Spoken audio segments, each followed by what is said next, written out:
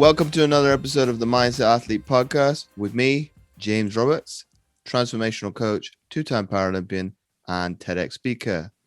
I have another awesome episode for you today, so let's get straight into it. And on today's show, I've got Charlotte De Curtis. Charlotte is a mind and body transformational coach for women.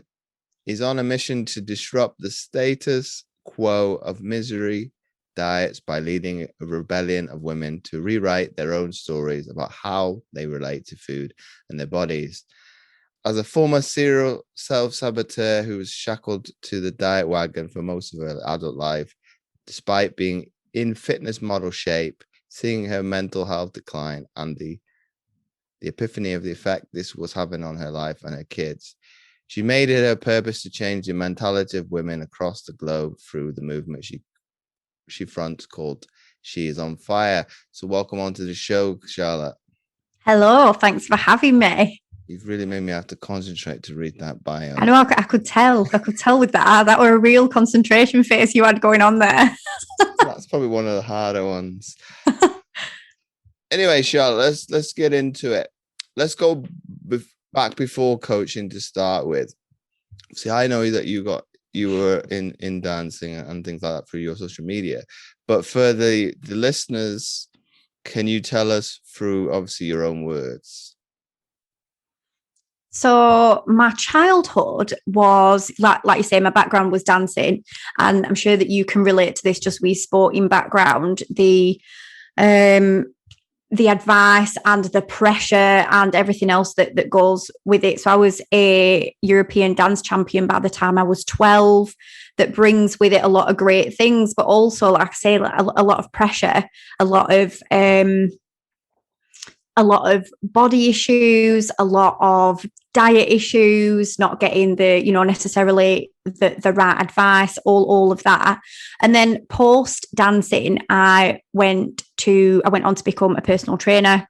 And I was very much in my early years, probably like late teens into my early 20s specifically, in the burpee and broccoli brigade of lining up your Tupperware and the typical like Instagram stuff that you see now. So luckily back then the Instagram culture wasn't a thing, because I fully in my early 20s would have been all over it. But that is background really, which led me on to the Liberated Woman method, where I am now. So talk to us about some of the pitfalls, because you talked about, the highs a little bit of the dancing, and you referred to obviously the restraints and the shackling of diet and exercise. How much of it was misinformation on looking back on from a reflection standpoint? I think back then, like when I used to dance, probably, when did I stop? I stopped around 16.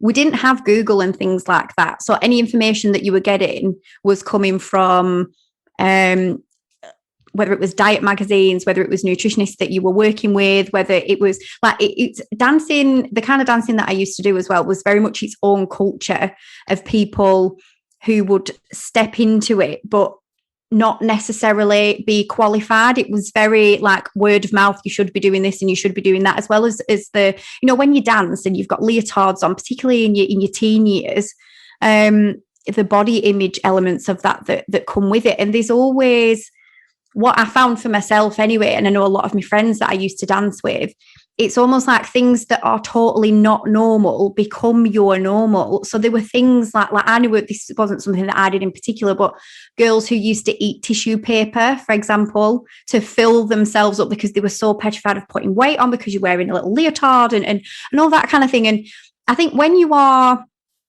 not just your early teens, but when you're a child and into your early teens beyond, you don't have any baseline of normal other than what you're experiencing. So I think a lot of behind the scenes, and I see this in a lot of the women that I train, so maybe not things that are as extreme, but women who have been parented a certain way. They might have parents who've constantly been on diets, have been surrounded by, Heat magazine, OK magazine, that just trash women for the bodies, and you should be eating this and not be eating that and eat this 500 calorie whatever. So that really, I think for myself and, you know, again, a lot of the women that I work with, is a real pitfall of not understanding what it is that your body needs and how to fuel your body, how you can still go out and socialize and still live a life that you enjoy, rather than being shackled to a diet for years and years and years, which is very much the reality for a lot of the women that I work with. What would you blame for that kind of culture and that mentality then? Because ultimately, you know, magazines and things like that is a little bit now predated, because you're talking about Instagram and Google and whatnot. All the social medias. I'll probably go as far as probably into TikTok a little bit with that. And shaming more in the proverbial sense of, you know, language that's used, and like comments that are just in passing of, okay, you need to do something about that, etc., etc. But why do you think that women don't challenge that kind of either behavior or mindset? Because obviously we're talking about a transition that you and I are both in our 30s. You would think over a 20-year period, people would become a little bit more savvy to that. I think there's a few things. I think there's a couple of elements to it. One, the way that we are marketed to. So, you know, the images that we're seeing from day to day, the information that we're taking in, we see it everywhere, but I think we're very unassuming in the sense that we don't know what's being done to us psychologically. There's a reason why, you know, like the authority, the leverage of authority. So I know that there are a lot of, whether it's diet products, whether it is just people talking about certain things, and they'll always get in there like it is medically recommended or a doctor said this. And nobody's actually checking whether, like, is that a medical doctor? Is it a doctor of psychology? Is it somebody who's just got a doctorate in something completely unrelated? And I think we're really unaware of how we are being marketed to with diet products, with the pictures that we're seeing. And now you've got influencer culture on Instagram. And like you say, TikTok is rife at the moment. There's, you know, teenage girls doing TikToks about how they eat ice cubes for the lunch. Like, I don't know if you've seen that, but there's a huge thing going on TikTok. I was actually featured wasn't last year, the year before, in a documentary about TikTok diet culture. And these are the kind of things that are going on. And I think that over the years, even though, you know, we don't really have OK magazine as such anymore as a tangible magazine, there's obviously digital equivalents on Facebook. You know, you can still log on to like Daily Mail and all of that, and they're quite intrusive on you. I don't know if you've noticed this, but they're sometimes quite intrusive on your feed from people who've shared stories about celebs or diets or whatever. And obviously you've got sponsored posts as well. So I don't think we ever get away from this mechanism, even though, you know, we now don't have tangible magazines anymore lying around your house, but it's on your phone, still in your face. And for me, that we're marketed to in exactly the same way, but just a different vehicle. And I think that's the biggest. I think that's the biggest thing. We are we're just completely unaware of how we are being sold to. Do you think it's an education of just you and I know this would be fact, but do you think it comes down to educating the youth, men and women, of obviously the content that you now consume is going to be sold back to you? So be it if it was, generally speaking, if it was you and I that are on Facebook, it's generally something to do with coaching. That would be the advertisement, because we've looked at something to do with that. Do you think people need to be more, I won't say clued up, but kind of taught as, okay, the information that you're consuming, ultimately it's the computer at the other end of it, it's analyzing what you're doing, thus okay, you must like you're commenting, you're engaging with it, thus you must like it, even if it's you contradict with it, or you don't. I won't say you don't like it, because I've very rarely seen an angry face on a comment, but the point I'm getting at, Charlotte, is people need to be obviously clued up with that, because it's not out of sheer luck this thing's been plucked out of thin air. It's the companies are that clued up when it comes to psychology, to marketing psychology of pretty much, if you're not aware of it, it's manipulation. There's no other word to use for that. Do you think it's going back to, in a sense, maybe going into schools and kind of showcasing this kind of behavior needs to be challenged? I think there's an element of that. I think knowing that helps, but I think the biggest thing, particularly, again, I can only speak from personal experience and the kinds of women that I now work with and things like that, but I don't think it's necessarily a logical problem for most people. I think it's an emotional problem. So even if, and you'll have seen this, I've seen this, you can logically know something, you can intellectually know something, but it doesn't mean that, you feel a certain way. So I think for a lot of people, it's an emotional thing. And I honestly think that the solution to this is equipping people with who they are, knowing what they want, knowing what they stand for, knowing what they want their lives to look like. Because I don't know whether I don't think there's one single answer, but I think that is more the place to start than the information around how you're necessarily being sold to, because I don't think that will be enough to change people anyway. I think people will still be in the element. I mean, Love Island's just come back on, hasn't it? So you've got all of like that again is something that contributes, and the images that you put in your head of these, these particular Instagram bodies and all of that is like that becomes a normal for most people. I don't really know many women who look like that. Like that is not the norm, but it becomes a norm because you're looking at it on Instagram all day. You're looking at it on Facebook all day. You're seeing it on your TV on Love Island.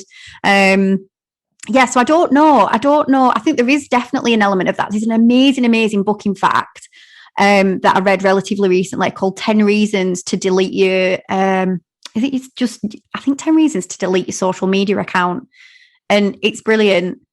It goes through all of how we're marketed to, how your attention, so when you're scrolling on Facebook and things like that, how that's become a commodity for most companies and how you are being manipulated into buying certain things, seeing certain things. So I definitely think there's an element there, but I think there's a step further where people need to be way more emotionally aware of themselves and why they want to buy the things that they think that they want to buy. Because what I find is that it's not always just about losing weight. It's not really about losing weight. It's all of the things you think that you're going to gain by taking up less space in the world. And the amount of women that I've coached who have in the past been on this miserable journey, they've lost weight, they've got to like the goal weight, as we all have a goal weight. And it's not been this enlightening thing that they thought it were going to be. They've had a miserable process. They've gone through, this miserable diet, this deprivation. They've missed out on so much of things that they actually enjoy in their life to take up less space in the world. And it's not been this transformation because they feel exactly the same. And I always say, like, transformations start from the neck up. And that work's not being done. It's, you're taking up less space, but you're not actually dealing with anything that's going on for you. Makes sense. Yeah, but it makes sense to me. But be it, if I kind of simplify it for what you've said, is clarity, and that's hard. But for somebody to challenge their identity, if I'd use myself, and you were there, so you know what I'm talking about, of dispelling pretty much what was. We're talking about 25 years of my life to kind of go, well, this no longer serves me. Yeah. And to kind of do like most of the coaches' job is I can't do that. That's a bit more difficult because it's like, well, that would be, how would I describe it? That'd be challenging because something that in that lifestyle is still useful. Obviously, there's others that aren't. So confrontation doesn't serve me, but it does kind of showcase when people do ask of, well, when I've got issues of self-confidence, self-worth, what else did the person mention?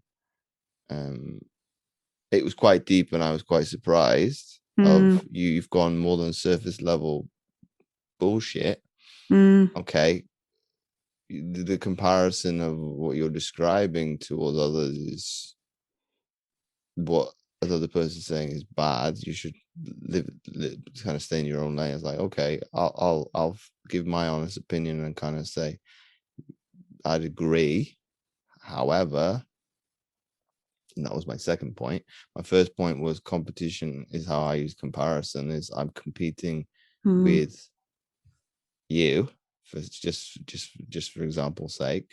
I'll look to what you do, and I will try and emulate certain bits, which is competition, and I'll take bits that I want, and I'll keep moving forward.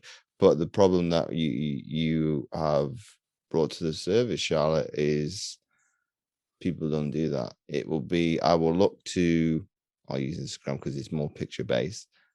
I will get obsessed to the point of compulsion, which I'm going from I perceive as a positive to a negative. Other people might see obsession as bad, but I don't. Is now you're obsessed to such a degree that you will look at your life under such a microscope from a negative perspective that everything that you do is wrong. Whereas I probably spend a couple of minutes on Instagram, but that's me. But that's what works for me. It would be, okay, this is what I've got to add to the world. Come out. I might spend a few bits of time there periodically, but it would be just to grow the platform. That'd be about it. Whereas the aspect that you're talking about is this perception of, there's no other word to use, this perfection it is unsurmountable and it's unattainable. So you talked about Love Island being back on. I think the soundbite that I took from it, and I only watched a little bit, my mom likes it, but so I only seen if somebody said, I don't know what social media is. Like, I don't know what planet you're living on, that you're in your 20s, that you don't know what social media is. I think that's you can't get more two-faced and lying than that. It's like, what's social media? It's like, what world are you living in that you don't know one of the forms of social media? Because that is one of the reasons potentially you'd have got on the show in the first place. But what I would probably disagree with is people see perfections from an aesthetical or a visionary perspective as these people are flawless.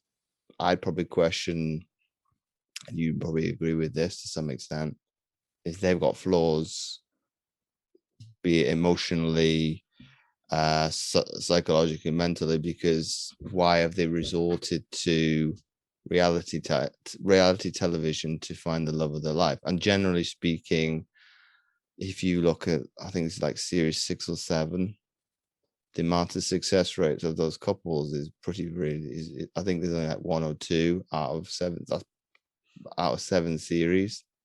That's pretty bad. So I would probably question the individual's motives as why are you going in the program in the first. I would say more to become infamous and notorious. I would say so. Yeah, I would say so. I don't think, I think it's really interesting that you've just said that, because I don't think in my own head I have ever thought of anybody going on Love Island to actually find the love of the life. And that's what the full show's about, isn't it? It was just, yeah, in my head, people just went on to be on the show. Yeah, it is. I think the other thing as well, and you've touched on this in a different kind of way a minute ago, is integrity in the fitness industry and the health industry. I think is getting better, but it's a completely unregulated industry. So anybody can really say anything without any kind of repercussion. Like if you did that in like I know it's not, this isn't the right word, but like the legal field or, you know, the medical field, you wouldn't be able, you know, you'd be sued, you'd have your bum sued off. And I think the industry itself is going a way that is it's getting better. You've got people who are standing up now, and I know this was never really a thing in the past, and calling things out and calling people out and calling, you know, programs out or things that are just full of misinformation. So I think it's getting better there. I think there's some amazing people to follow. And I think in terms of coaching, I think it has to go in a direction for things to work and things to make blanket change, of allowing people to explore what they actually want themselves, you know, through proper coaching that you and I do, rather than it just being, this is a one size fits all. This is what you're going to eat. This is what you, without any of that mindset stuff and the mindset element coming into it, which I think has been such a thing for a long time, like follow this. And I don't think you know, well, it's not that I don't think, I can see that. I see that over and over again in the women that I coach. It just doesn't work. Well, that's probably what you and I were just discussing this before we started recording of be it the programs that are health related in the UK, they only scratch the surface. But is it the reluctance of the producer or the editor willing to go deeper than I can't speak, then needs to meet the requirement? It's entertainment as well, isn't it?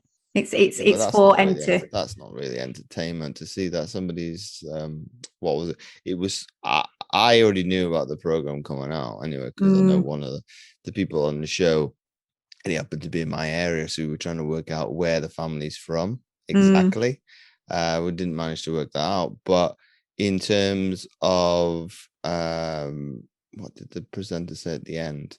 They were kind of shocked and surprised that the husband and wife, or obviously mother and father, had lost, I think in total, I think £14 and £16. It's like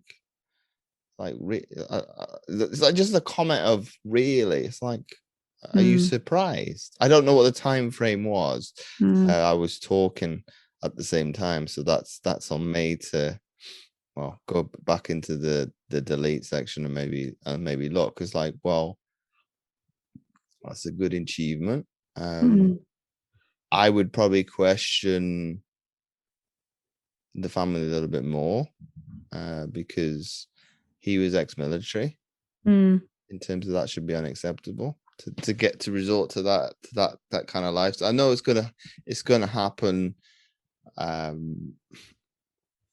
subconsciously or covertly, because you kind of get sucked up in life. I appreciate people listening to that would be one of their arguments. James, that's not fair. It's like, well, I appreciate, yes, everybody has a life, but that goes against everything that you mentioned before of identity. That would be, I've been in a similar position. So I went from coaching to working in education for a little bit, and I lost my way. But what I didn't counter with is the kids going to school and eating chocolate bars. I said, oh well, I can't really challenge that because that's not my place anymore. I'm not in the coaching space, and that was day one. Whereas I should have kind of gone, well, that to me that is unacceptable for a child to go into any type of school, doesn't matter, secondary school, primary school, elementary school, or high school. It doesn't matter. It that is comes down to education, of that's not the right nutritious thing to be having going to school, let alone for the other aspects of it, of you're going to now have a massive high, and a couple of hours later you're going to be a pain in the ass, and that's the truth of it. But what I'm trying to make across from a point of view that I'm mentioning is, because I was unwilling to challenge the status quo, because I didn't want to rock the boat or shake things up, I got sucked into that environment. So stress, resulting to obviously the wrong choices. I won't say wrong. It's not wrong choices, not really the right way, but not optimal choices for performance. And resorting to anything that's going to boost energy rapidly just so that I feel good and I can kind of get through life. And obviously went summer holidays, lost lots of weight, and people would ask, well, you've lost a lot. And it's just the tonality in which they delivered it. It's like, what the hell do you mean by that? I've always been healthy. You're challenging my whole existence just because I've lost. We're talking about 10, 15 kilos. So it's quite a lot. Basically, because you haven't seen me for 2-3 months. And then just it got me down from a mental perspective. So what I'm referring to with the gentleman being an ex-military, that should be flashing neon signs as to okay, you've changed roles, but health and well-being predominantly for most people that go into sport, go into the active service, quite healthy individuals. So to be overweight and be pre-diabetic, that should be kind of go, this is unacceptable. I could get what they were saying towards the end as, yes, I'm no longer borderline pre-diabetic and my A1C is under control and things like that. But it doesn't take how long that will last. And just little tips here and there. It's like changing, what did they do? White rice for diced up. I hate it.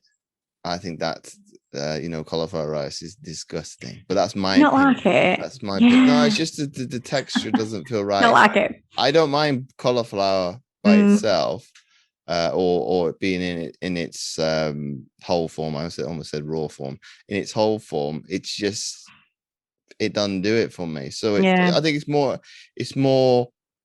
It comes back to education, and I think being exposed to what teenagers are taught in school is very horrifying.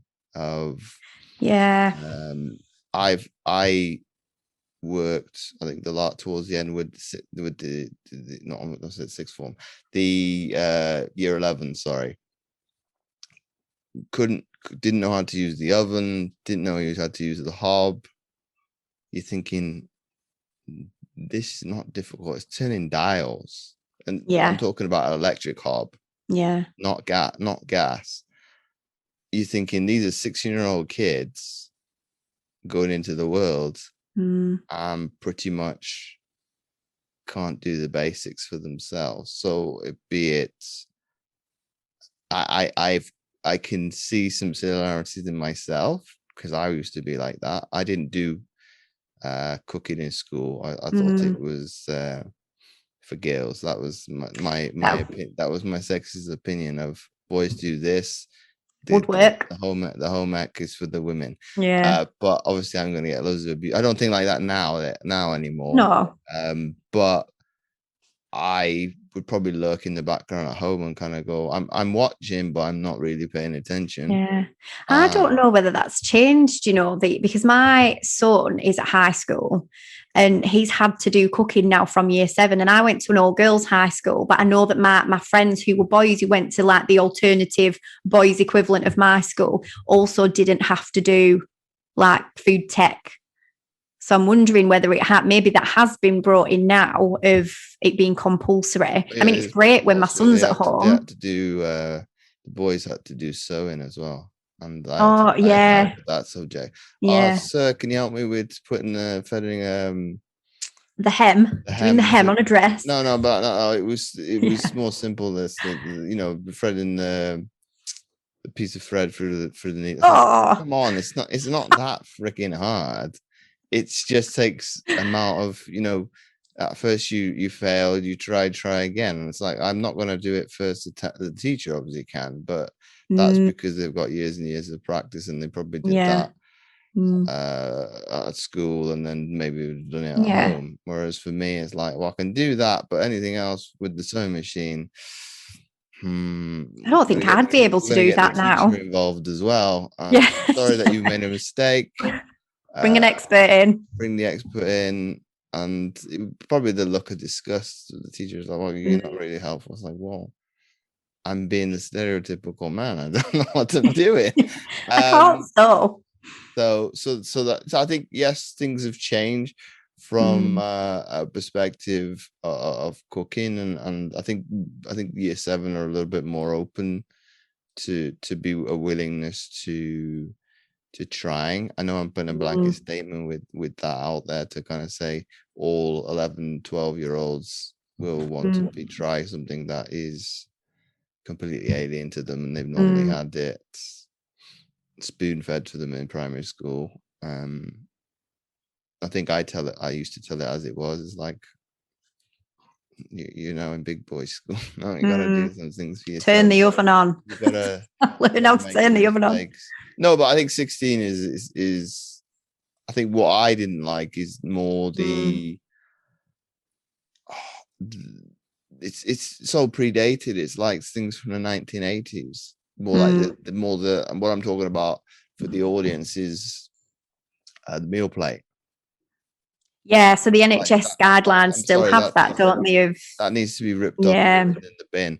And I did have I think I was towards the end of the contract there, and I would start challenging. It's like, I think I did say it was a supply teacher who was standing in. It's like, this is garbage.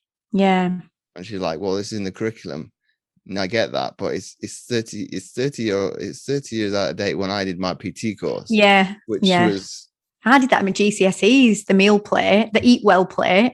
It's I get it's trying to show them what a balanced meal looks like. But it's so out of date, and it's you're teaching people the wrong. It's not current information. I was a losing battle with that one, but in terms of I was making my point across, it's like, well, this is.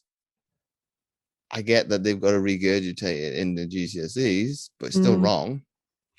Yeah, it's. Do you know what's really interesting? And I don't know if you come across this a lot. I'm going to assume that you do. Is that I have so many clients that when I start working with them, I will say, "What do you need to do?" And they can rhyme it off. They can rhyme off, well, I need to be doing this, and I need to be like, my sleep's rubbish, and like my nutrition is this, and this is this, but they're just not doing any of the things. So then for me, this begs the question, is it an education thing? Or is it, again, what else does it boil down to? Is it different elements that need, because the way that I work with my clients is on 3 pillars. So body freedom, food freedom, mind freedom. And I'd be really interested to get your perspective on this, actually.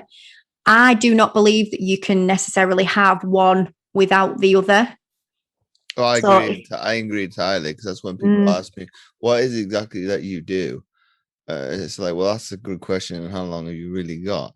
Yeah. But the point that I'm making is, it's primarily it is weight loss, because that's what is easy and easier tangible to be able to market and to sell, because people can see, well, okay, James gets me from A to B from a process perspective, but it's all the other things that come with it. So, okay, mine is adapting the training.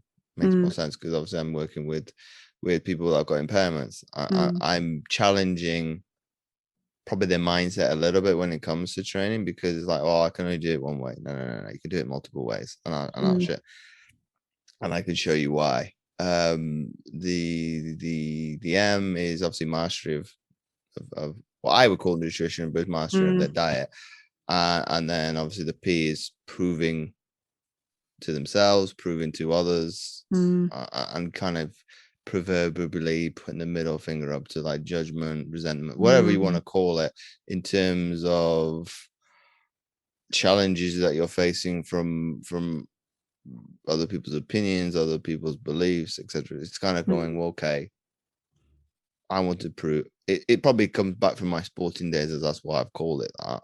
Of I did that since I was 15. Okay, I'm going to show you. Yeah. So I think it does come down to, it's more than education. It's a mindset, and it's an openness to be willing to learn and to change. That would be what I would look at first and foremost, is Yeah. I'd probably refer it to, and I never thought I'd use this outside of school, of Orwell's 1980. Of, you've got a choice. Do you want to Yeah. be under the thumb and be in a state that's virtually a police state, or do you want to do something that is completely different? And I like when people say the black sheep, because they look at it negative. I look at it positively. But I want to be out here by myself, and I don't think like everybody else. I'm quite happy. It's that maverick thinking, isn't it? And that's what I use with a lot of the ladies that I coach, is like, you've got to use like maverick thinking. It's not, following what everybody else is doing. And I always find this really funny, the amount of advice that people, and you'll probably come across this as well, have taken from like your next door neighbour or someone in your office. Like I always have a joke about, your typical Linda in your office who ran a 5K one time and all of a sudden is an expert in health and fitness and knows about your diet and what you should be doing. But there's just conflicting information from everywhere. So I think in terms of education, I get that it is so hard for people to, who do you trust? Who is it who has got the, and again, going back to like the integrity in the industry, I think that is something that again has to change, especially with that influencer culture of selling, like, I don't know if you've seen them, but Kim Kardashian not so long ago was doing like the weight loss lollies and things like that. And it's, that person, there's that know, like, and trust factor, isn't there? Well, they do that, so that's why they look like that. Well, I'm going to buy that. And then that don't work. So then you see something else and then that's going to be the magic thing. That's going to be the magic thing. And you and I both know there's no magic thing. There's no actual magic thing. It's the consistency of doing the basics well and building on that, like anything. Like, and I'm sure, again, I'd love to get your perspective on this, like any kind of sport. Do you know what we're really interesting, actually? Do you remember when we were on Mastermind? I can't remember who it was who said to you about feeling like doing your training, and you like said, I don't feel like it. I just do it. It's just, but again, it will be the basics. Who said that? The only I thing can't remember. In my mind is what Bob said to me. So you need to be more vulnerable. Okay.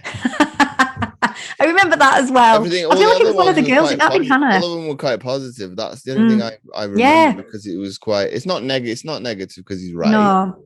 Yeah. But it's like it was okay. All the other things are what I do well. Okay, I'll give myself another pat on the back. That's what I was expecting. It's nice to hear it from other people. Yeah, that was a challenge. Is like, oh, you need to be okay. That's something they're going to have to be a work in progress. Yeah, it's not going to happen overnight. But through speaking to people like yourself, other people for the podcast, clients, speaking people in general. I do talk about stories. Oh, there's another one that's come out that I've got to write this down so I don't forget. And it just be a passing moment of, I've just said, when I did this, this was what I learned from it. And go from there. So it's probably easier for me than most, because it's a story. It's like, it happened. Okay, it's fact. This is what I did. This is what I learned from. This is maybe what you'll get from it, and then away we go. And okay, it's some things are probably rawer than others. Some things probably won't be ever out in the public eye.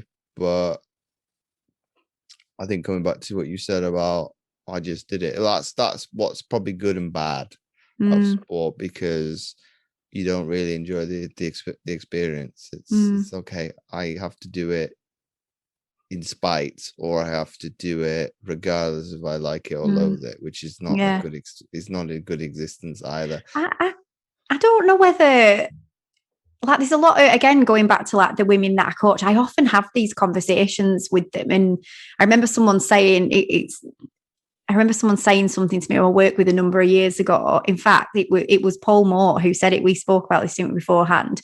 And he said, Charlotte, if sometimes if you're going to eat shit, don't nibble. And I thought, oh, that is disgusting, for one. But sometimes there's some things that you just have to do. And they're not going to be massively, there's not going to be like the clouds aren't going to part and the sunshine isn't going to shine through on you. There's some things that you just have to You have to do. And I specifically remember you saying that and thinking it is so right. There's going to be elements that you enjoy and you love about it, but there's also going to be things that you just have to do and crack on with. Well, I think I can relate that to work. Work as well. We spoke about admin, didn't we, before when we were speaking before this? I don't love admin. Oh, I do. It's one of those things that has, but there's different aspects of it. It's I don't like any of it. Staying on, but you're probably, if we're honest with the audience, you're more disorganized than I am. So. Oh, fully. Listen, I will own that. I will fully own that. That's probably why I can operate in either space. And I was talking about this on a meeting on Wednesday. Of I can be either organized, structured, and things like that, or I can be unstructured. I'm quite easy to go in whatever camp. Okay, this podcast is unstructured. There are some, and I know which episodes are structured. The listeners, you're probably hard to tell.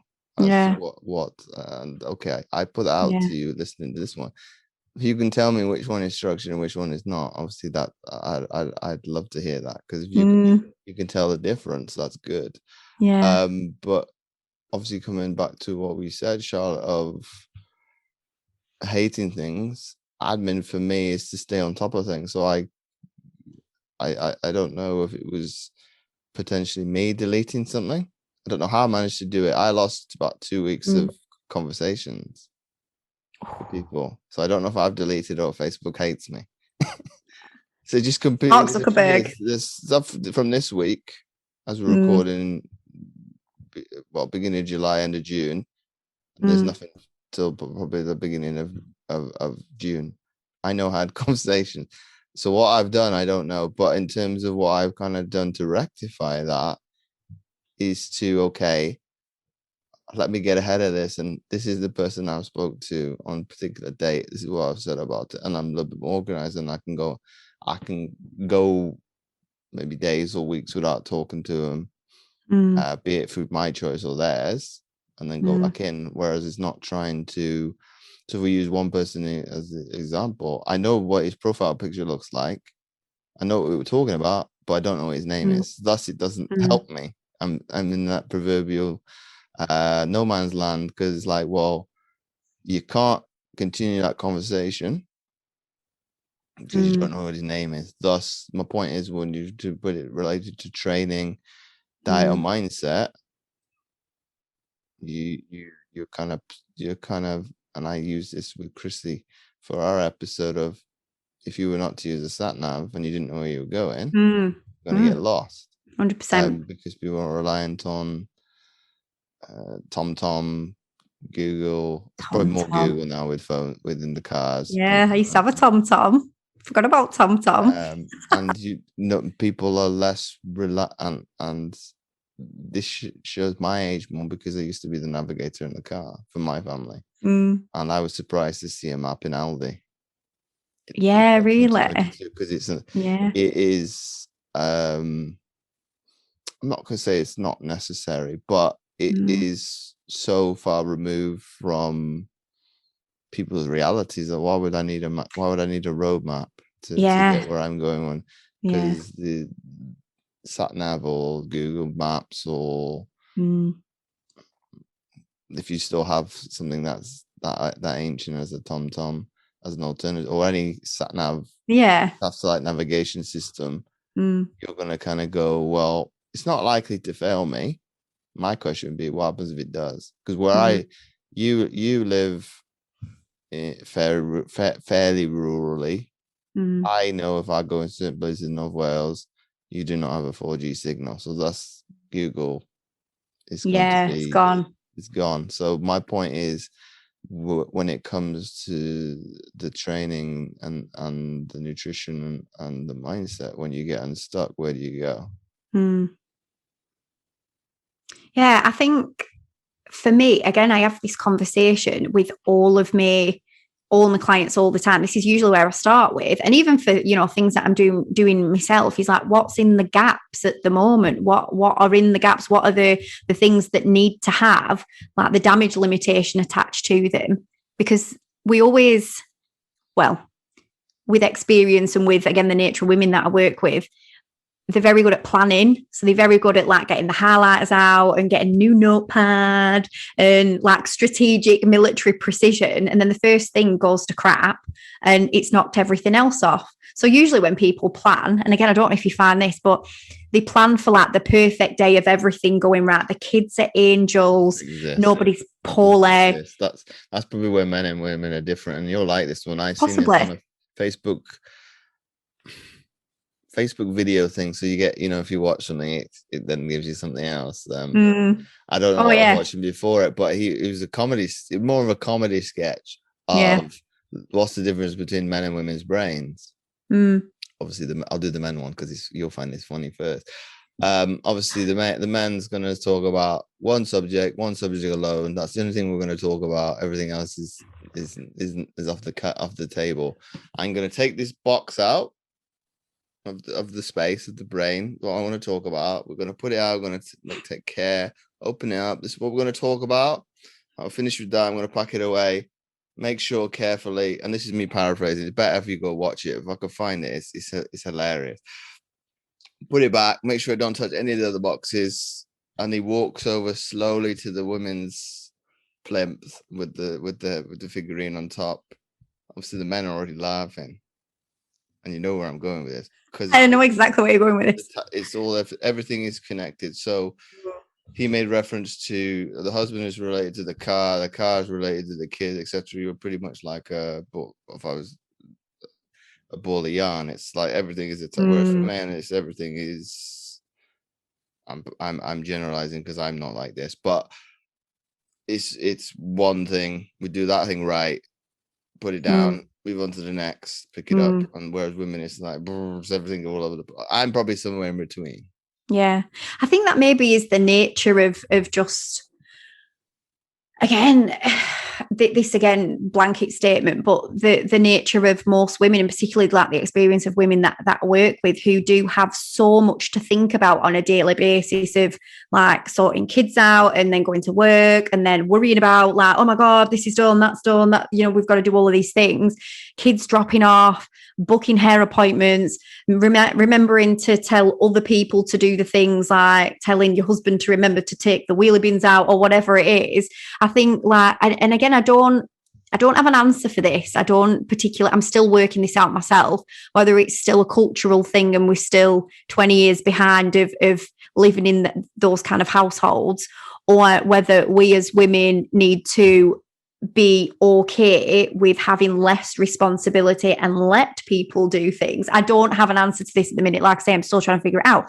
But I think that's probably the nature of just, women living that way and feeling like they've got everything on the shoulders and all of this responsibility. And, you're trying to be the best mum that you can, the best chef that you can, the best, the perfectionism at work, you're trying to get up the career ladder. Whereas years ago, you would, you were, and it was a very normal thing. I know when I speak to my nana about this, like the women stayed home and looked after the children, the men went out to work. Now, like we're trying to look after kids and do 1,000,001 other things and look like the Instagram models on top of all that. So I don't know, maybe that is why, maybe that's the nature of where that's come from.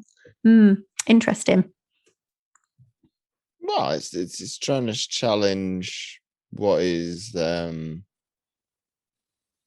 obviously socially acceptable, because what you're talking about a norm though, isn't it? It's I think maybe how people men going to work, well, the boys also going to work as well. So I would probably challenge most people in the current generation is like, well, you want entitlement to this. My grandfather stopped going to school at 14 because he went to work. Yeah. And the day off he had was to go to church on the Sunday. Yeah. But the point that I'm referring to is probably go both ways, as the male taking up more responsibility. I think that is changing with time, because things are less sad, but obviously you're gonna have those little trolley people on the internet and say comments of, well, I seen one related to rugby, and I'm thinking that's unacceptable, because it was making reference to the British Lions are given a toy to the youngest one in the team, and one person made reference to, he looks like the Chancellor of the Exchequer. Is like, that's not acceptable. That's not even funny. Making reference to a person looking like a stuffed animal. It's like, that's probably borderline being sick at best. It's like, and it's probably not the brightest thing to say in the current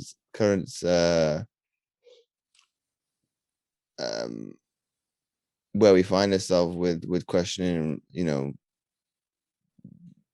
racism and all things like that, because it could be, I perceived it as that kind of comment, and I'm pretty open-minded as well.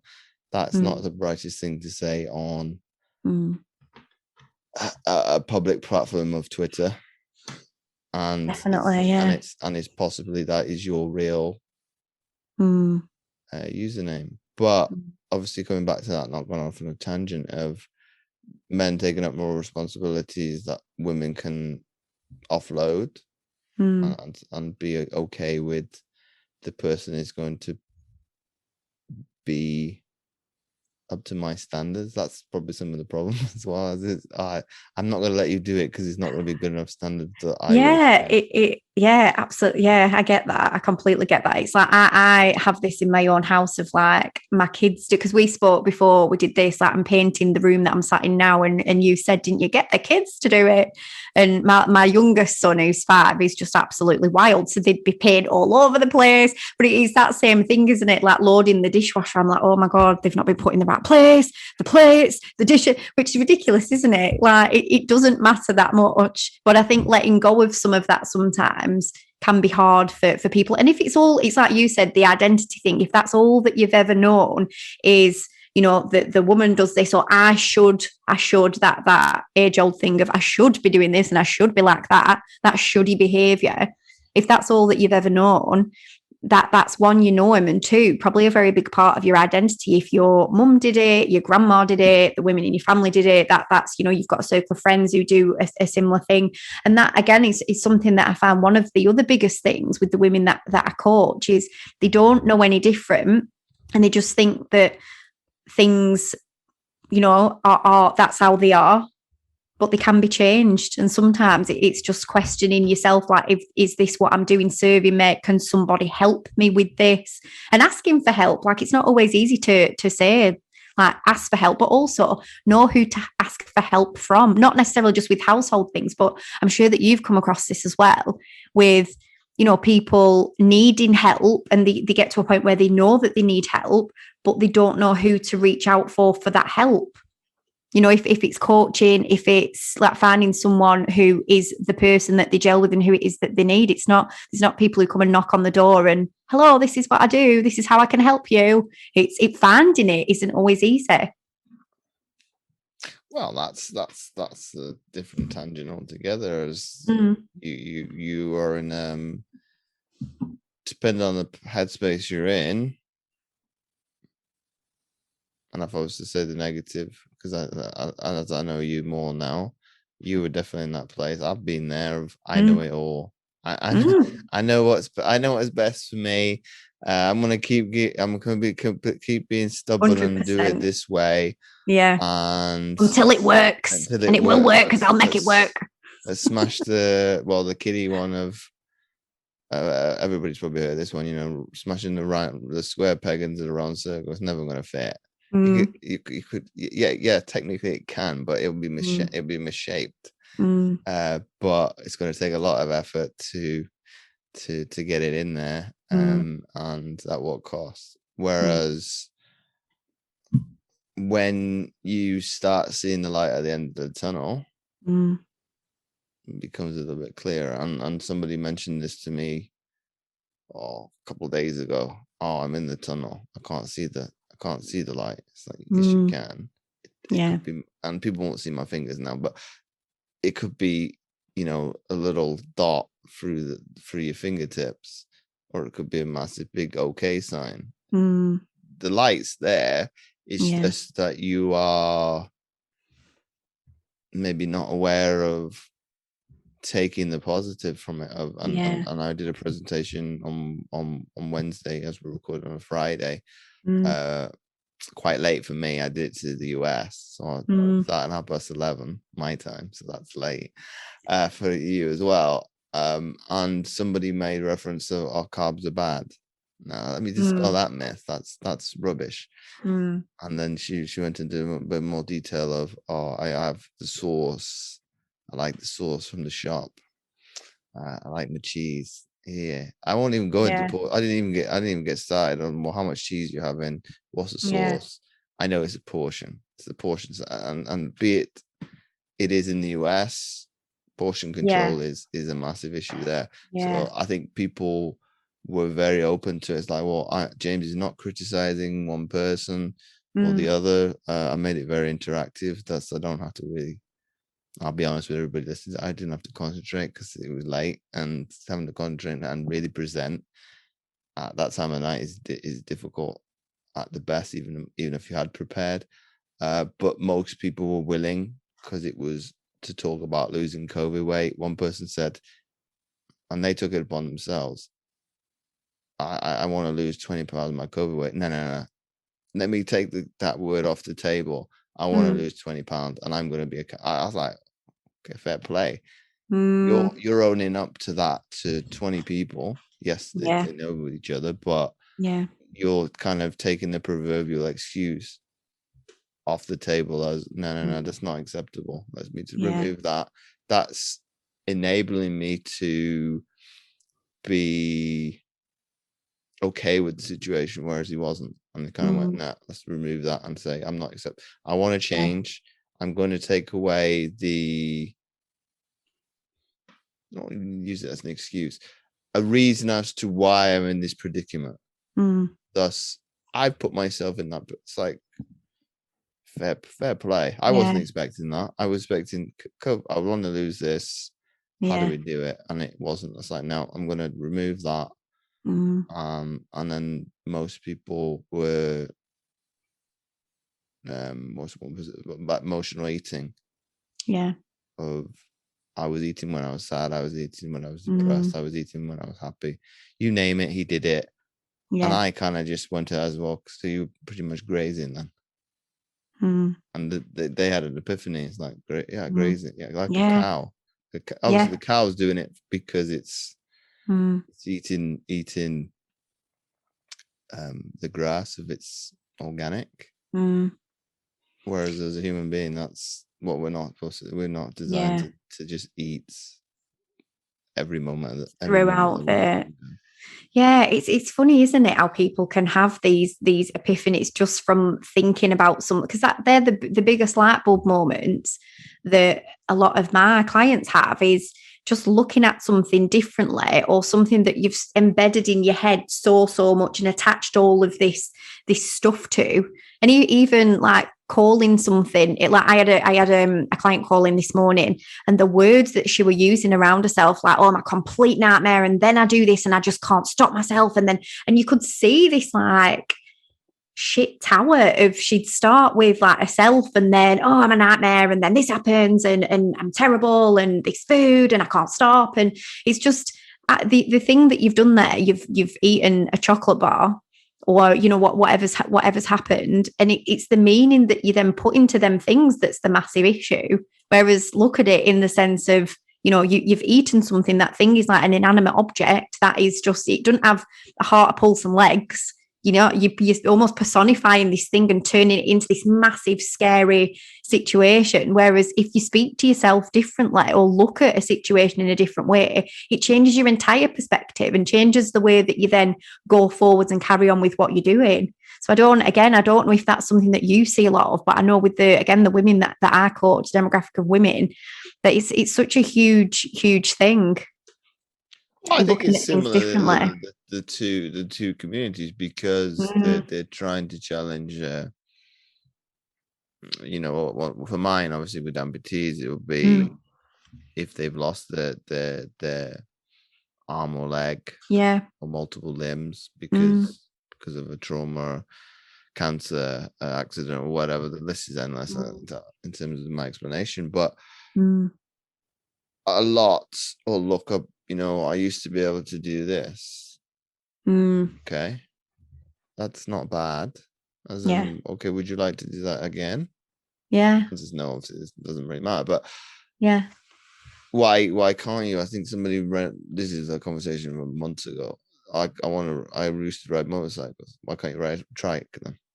And they that adapt and overcome, isn't it? It's not even an adaptable bike. It's something that's common. I know they exist. You could go with a sidecar. The person hadn't even thought of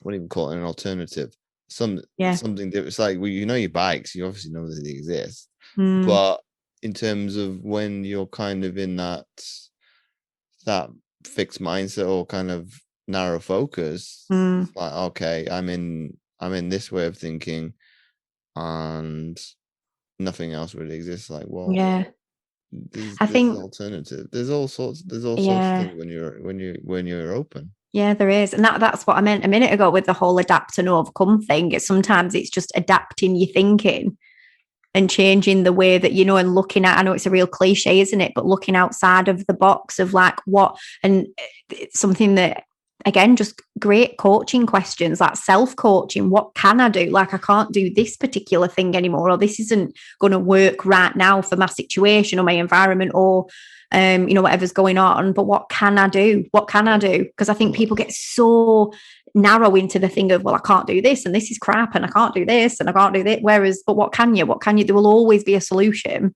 to something. It might not be the ideal. It might not be, your ideal scenario or the ideal thing or the way that it's been panning out in your head. But like I said earlier, with the clouds parting and the sun coming through and everything being amazing, but there's always a solution one way or another. I can do that. It's a meditation exercise of imagining having a clouds opening. No, not clouds opening. But feeling the sunlight beaming on you. So pretty much, you could, I've never done it in the winter, but I was. Where was I? I was doing it the other day. It feels nice. It's not sunny, but it's making me feel good. And that's a hard technique to be able to visualize as, there's this sunlight beaming on me, but it doesn't exist. And I think what you mentioned there, Charlotte, of being open to things. This is probably, I was going to challenge what you said, but I've had a different thought about it. And proverbial I can't. I think people really latch onto that with me because, like, well, you challenge, I can't. Like, well, I don't always. It just does. It's just when it's on. It's I can't. It's not in my vocabulary. It's like, well, what you perceive I can't do, and it might just be. Who was I talking about it? They do it deliberately. I've done it as well. If somebody said, "Oh, I don't think you should do it," and I'm going to do it. I'm going to do it now deliberately because you say I can't do it. But obviously that's very conniving and vindictive. It was just making a point to do something. There was no reason behind it. I didn't think it was a challenge. The other person thought it was. Okay, we're going to do it. Don't care what you're saying. I'm going to do it just to show you that I can do it. But in terms of looking at it from a different perspective altogether, of just the vocabulary, I can't, I won't, where I'm going with this in terms of it's very destructive because I can't becomes I won't. So, and I think it tends to be like a repeat pattern as well, doesn't it? I find that if you, and this was actually something that Rich introduced me to, so our like mentor, of the way that you do one thing is the way that you do everything. Like the more you tell yourself you can't do one particular thing, I see this so much in in my clients, of particularly like when they start at the beginning, they've told themselves such a long time they can't. And when you start digging a bit deeper, it's almost like, you know, there's so many other things that encompass that. They've not gone for promotions at work. They've not gone for, you know, there's so many different things that are like oozing into the life that they've not even realized from, you know, with whether it's exercise, whether it's nutrition, you know, whatever that is, that I can't cycle just knocks and hammers your confidence down more and more. And little steps, sometimes, do you know what? It might be that it's just a little step that you need, just bricks in your little confidence tower, and building it up from there with, again, whether that's, might be training, it might be food, it might be trying something new, opening yourself up to being vulnerable, like we spoke about earlier. It's the little steps, I find. What are we now? This is, I don't know, because obviously we were talking before this, so I've got no idea how long this episode is going. So obviously, as you listen to this might be a longer one than usual. How long are the normal ones? How long do you normally do? I feel like we've spoken for ages, haven't we? Yeah, but we were talking before I started recording, so that makes it more difficult to work out. And I've got the one with a timer, so I'm thinking, well, I don't know when we started recording, so there's no gauge. There's the unstructured for you. That's unorganized. But I've got an inkling of how long it is. But to answer your question, depends on the guest. So that being said, I think we're obviously gonna have to have a part 2, you and I, and have another episode. I think people can agree with that. So obviously wrapping up this episode, I asked this of all my guests, and you've listened to it, so you know it's coming. If you had to sit down with any athlete, that matter, dead or alive, who would that be and why? That would be Serena, well, either sisters, Serena or Venus Williams. Just because I would love to have a conversation around like females in sport. I think they've been in the sport for such a long, you know, time in terms of like career progression, where they've come from, all of that. And I'd really love to just find out the inside story of how they've found that, and the stereotypes and the barriers and everything that they've gone through over time. And my second question, as you were a coach, let me rephrase that. As you were a coach, what coach would you like to sit down? And that's a mouthful to get out. Would you like to sit down with, dead or alive, and why? Do you know what? Honestly, it's, and I know this is probably not what you're looking for, but the person that I would love to, who is a coach, in some capacity or another, is, have you heard of Brené Brown? So she's a researcher, but she also does. I'll have to introduce you to one of her books, because I feel like you'd love it. But she studied, funnily enough, she studies vulnerability. So she's a researcher. But yeah, she studies vulnerability and everything that comes with it, how to be more open with people. And her stories, and one, amazing, but also I'd love to pick her brain as well. And the final question before we wrap up the episode, Charlotte, if you had to summarize what we've been speaking about into one sentence to take away, what would that be? And obviously you can elaborate more than that, because people have done more than a sentence. If it makes it easier to do it, do it. That is tough. One sentence is going to be well tough. I think that regardless of what you think is the secret pill, I don't think that you can have one thing without the other. And there's lots of different nuances to achieving, whether that's, you know, transformation, just general wellness, whether it's sport. I think the nuances always need to be taken into consideration, and not just the black and white thinking. There's quite a lot of grey going on that's a personal thing to you. So when your transformation starts from the neck up, it's not just that one thing. So once again, Charlotte, thanks again for coming on the Mindset Athlete podcast. Thank you. Thanks for having me. That's been my pleasure. Thanks again for tuning in, and I hope you enjoyed this episode and got loads from it. Anything that was included and discussed will be available in the show notes below. And I would love to hear from you. Come and connect and ask your questions. I've been James Roberts from jamesowenroberts.com. Remember this quote by Chris Harth. An athlete is a mindset. It's how you prepare, think, and execute, not by some elite status or physical stature. Anybody can be an athlete.